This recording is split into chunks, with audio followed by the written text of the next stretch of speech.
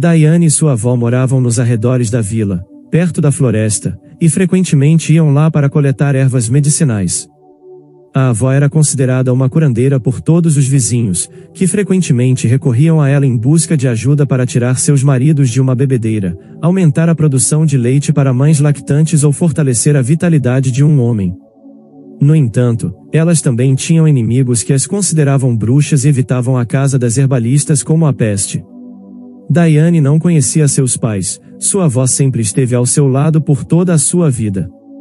Não era difícil para ela entender que sua avó simplesmente curava com ervas, que a mãe natureza generosamente lhes proporcionava a cada verão. Ela já conhecia o nome e o poder de cada erva que crescia em sua amada floresta. No entanto, a infância feliz de Daiane chegou ao fim quando sua avó ficou doente e nunca mais se levantou.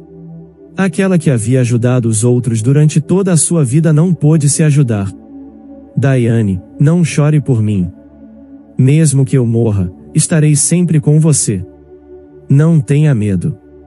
Vá até as pessoas, apenas tenha cuidado. Olhe nos corações delas, não deixe pessoas ruins se aproximarem de você. Você tem a luz em você, não a perca. E se problemas acontecerem, eu irei até você em um sonho e direi onde encontrar a verdade. A avó morreu ao amanhecer, e os vizinhos ajudaram Daiane a enterrá-la. Ao retornar do funeral, a garota olhou ao redor da casa agora vazia, que parecia estranhamente desabitada sem sua querida avó. Daiane sentou-se à beira da cama e olhou para o monte de travesseiros cobertos por uma colcha de renda. Ela não conseguia reunir seus pensamentos, precisava de alguma forma continuar vivendo, mas como? Daiane havia acabado de terminar a escola, mas agora não havia perspectiva de educação adicional. Ela precisava encontrar um emprego. Daiane, você está em casa? Carlos, um antigo colega de classe de Daiane, estava na porta. Ele vinha pedindo-a em casamento desde a infância, mas a garota apenas ria da proposta. Onde mais eu estaria? Suspirou Daiane. Estou aqui pensando para onde ir agora. Eu vim exatamente por isso. Ouvi minha mãe dizer que estão precisando de um funcionário dos Correios. Tia Vilma ficou doente e foi cuidar do filho dela, e agora não tem ninguém para fazer o trabalho dela. Vá até o correio, talvez te aceitem. Daiane correu imediatamente até o posto de correios mais próximo e, até o final do dia, foi contratada como nova carteira. O trabalho era difícil, a bolsa estava machucando seu ombro, e suas pernas estavam exaustas até a noite. No entanto, a garota não desistiu. Apesar de o trabalho proporcionar apenas uma renda modesta, era o seu próprio ganho. No correio, Daiane conheceu Miguel, um rapaz educado e bem apessoado, que ofereceu ajudar a frágil garota com sua enorme bolsa de correspondência. Eles começaram a conversar, e desde então Miguel passou a visitar o correio com mais frequência.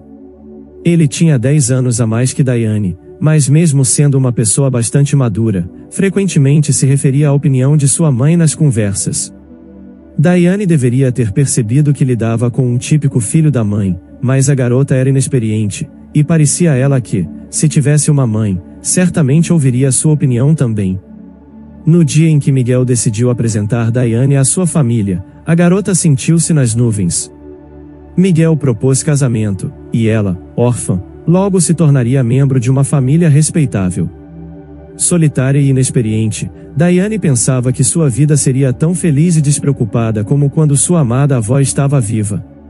Os pais de Miguel a aceitaram calorosamente, mas no dia anterior tiveram uma conversa séria com o filho, tentando convencê-lo a não se casar com uma garota pobre, especialmente uma órfã. Infelizmente, seu filho estava teimoso, quase pela primeira vez em sua vida, e eles desistiram. Na reunião, os pais de Miguel sorriam docemente para Daiane, e ela não tinha ideia de sua verdadeira atitude em relação a ela. Logo, o jovem casal se casou, e apenas um mês depois anunciaram aos pais que estavam esperando um bebê. Naquela época, Daiane já havia deixado o emprego nos Correios. Os pais de Miguel insistiram que ela não deveria trabalhar como carteira, eles sentiam vergonha diante de seus conhecidos por ter uma nora envolvida em um trabalho tão pouco prestigioso. No dia em que, Durante uma ultrassonografia, foi revelado que Daiane teria um menino. Miguel foi a pessoa mais feliz do mundo. Ele trouxe para sua esposa um enorme buquê e sua mãe deu à noiva um anel de ouro. Esta é nossa gratidão a você pelo nosso futuro neto. Meu marido e eu sempre sonhamos com um menino tão inteligente quanto nosso Miguel. Veja como ele era fofo. Eleanor entregou à nora fotos de infância de seu filho. É necessário que o bebê se pareça com o Miguel. Ele será uma criança tão fofa. De alguma forma estranha, segundo as palavras de Eleanor, parece que Daiane poderia de alguma forma influenciar a aparência e habilidades mentais do futuro filho. Além disso, soou como se os pais de Miguel realmente não quisessem que o bebê se parecesse de alguma forma com Daiane. Na véspera do nascimento, Daiane sonhou com sua avó, que por algum motivo estava chorando e balançando a cabeça ao olhar para a neta. Daiane acordou com um sentimento incompreensível de ansiedade. Algumas horas depois, as contrações começaram e ela não teve mais tempo para pensar no significado desse sonho. No início, tudo estava indo bem no hospital, e o médico tranquilizou Daiane que a preparação para o parto estava indo conforme planejado. Mas então tudo mudou de repente. Uma enfermeira invadiu a sala de pré-parto e exigiu que Miguel saísse. Ela está indo para uma cesariana. Você não tem nada a ver aqui, disse ao rapaz. Cesariana? Estamos tendo um parto normal, não há indicações para cirurgia, argumentou Miguel. Como você sabe? A enfermeira começou a gritar.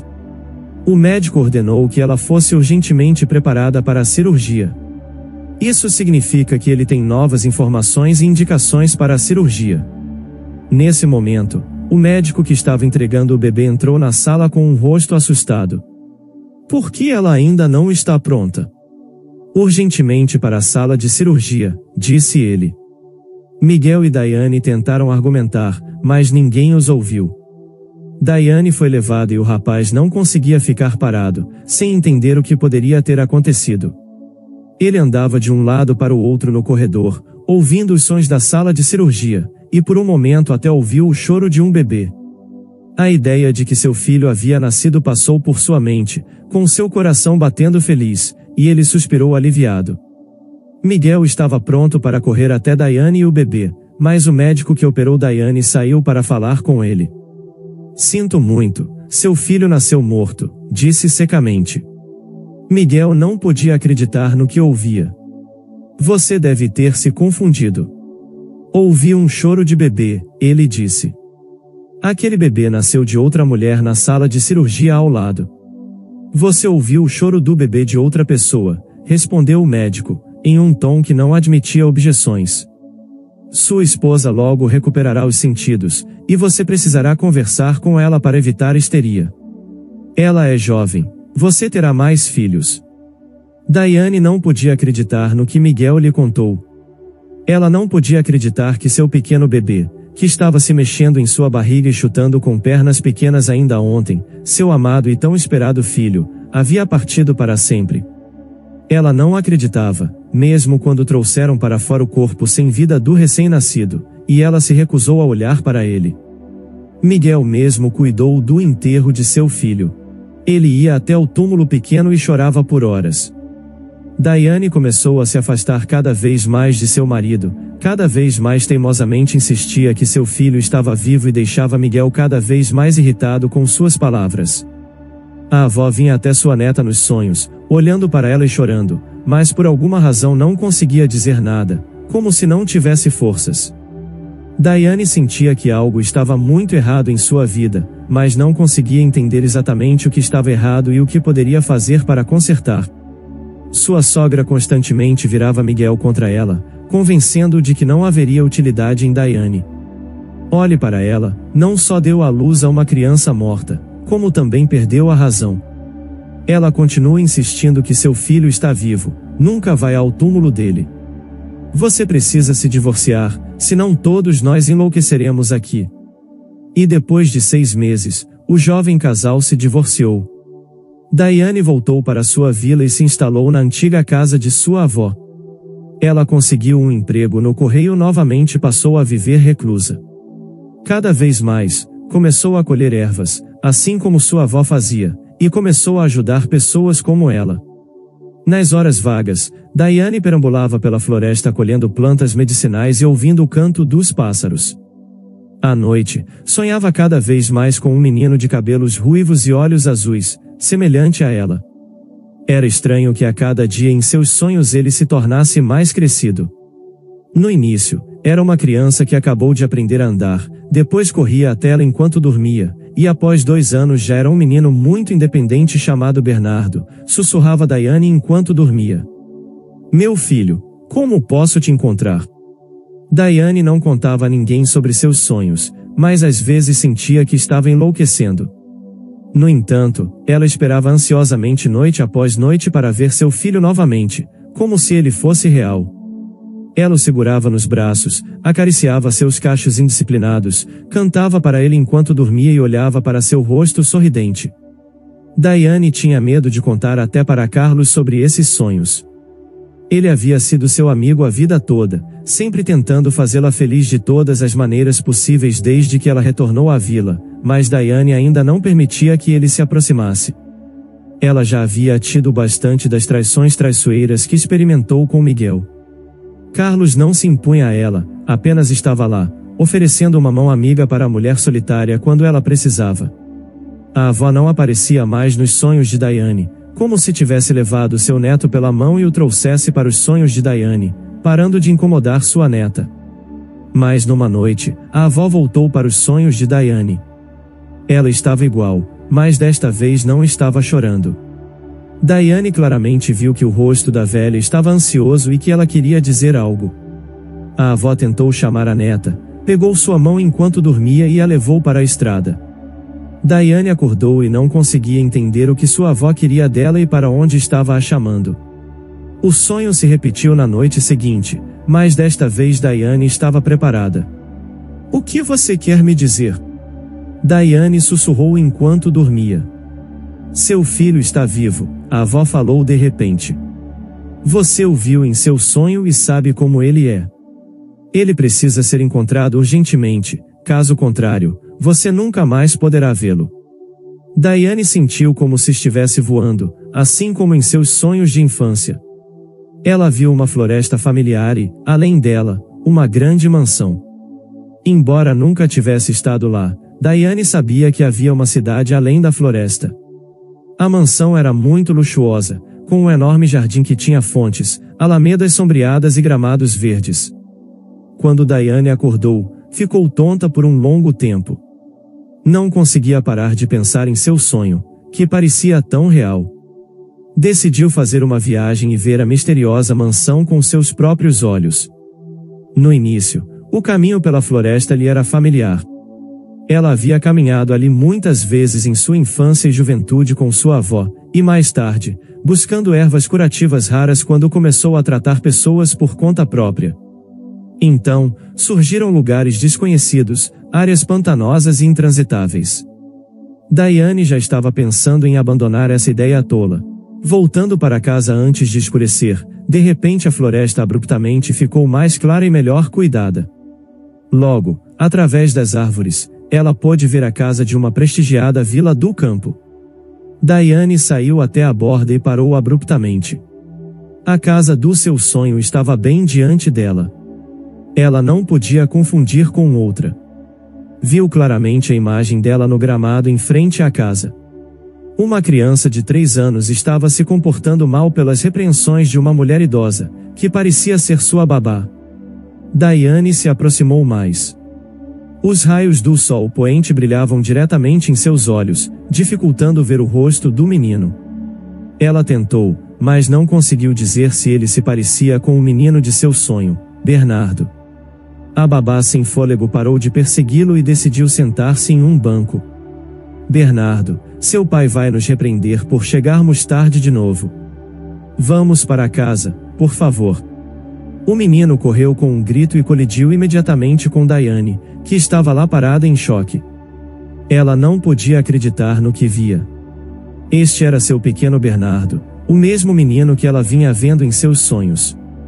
Espere, não corra, Débora parou o menino.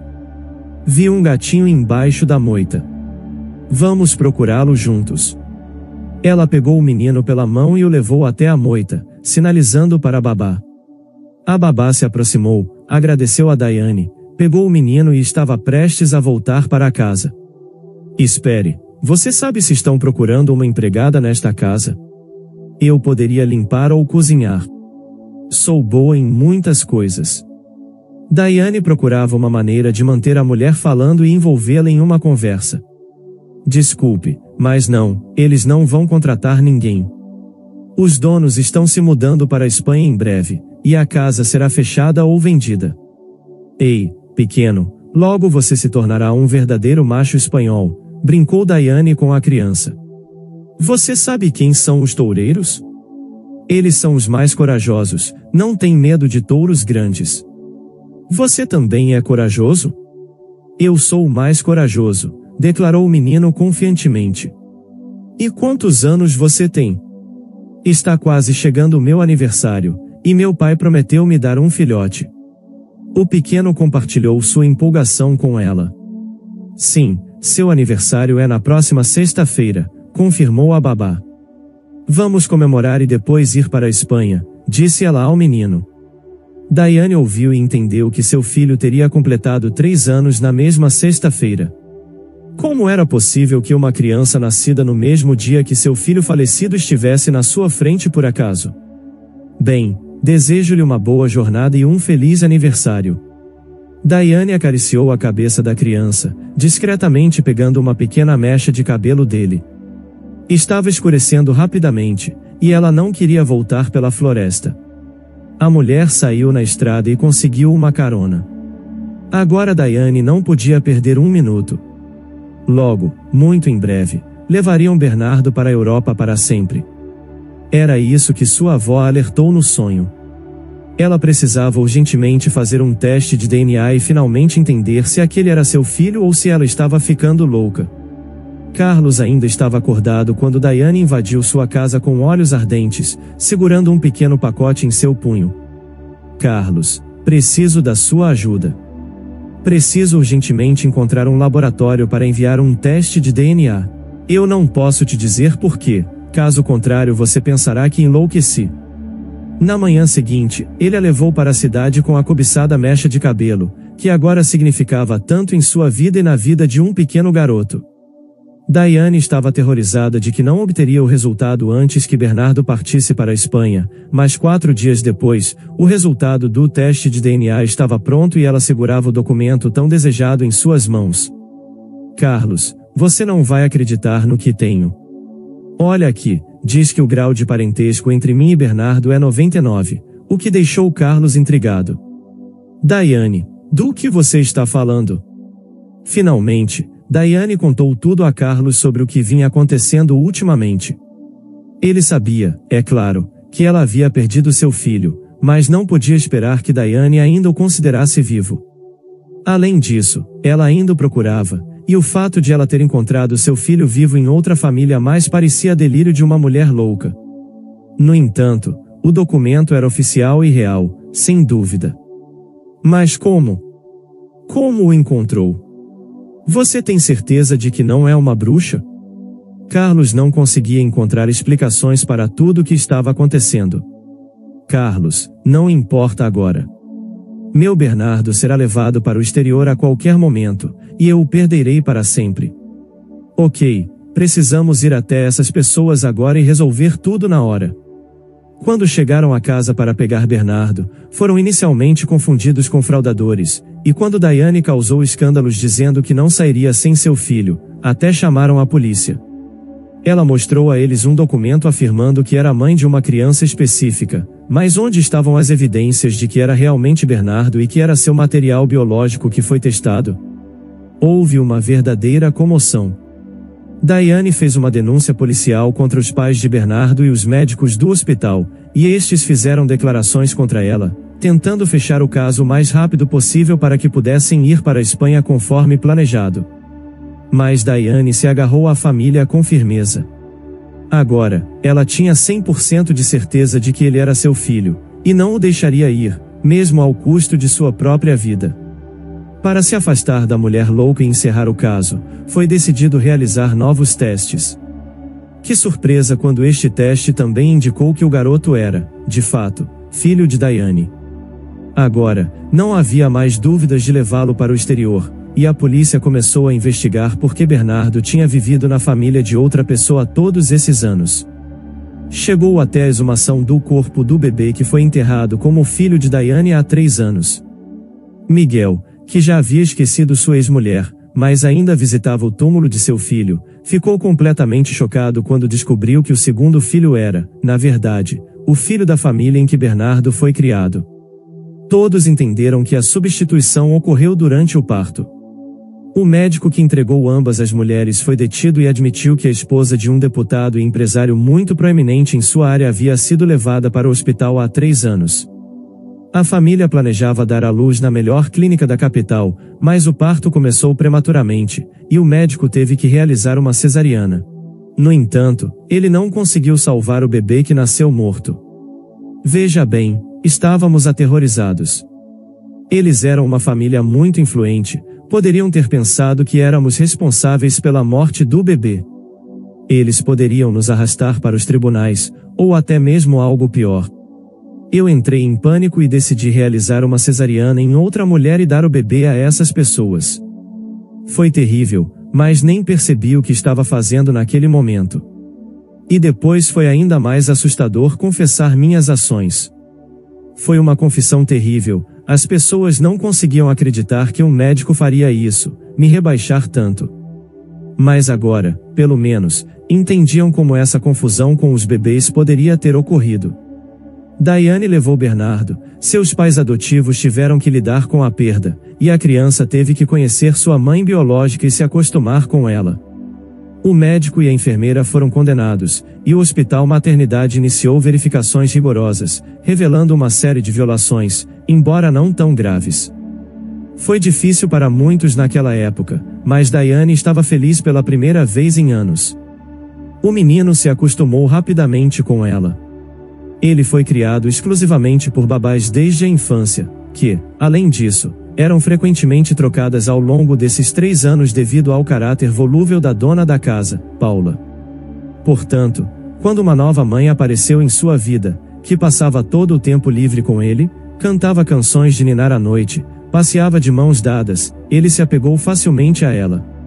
A família anterior de Bernardo ainda foi para a Espanha conforme planejado, levando promessas de Diane de enviar fotos do filho, vídeos dele de ter comunicação em vídeo pelo menos uma vez por semana.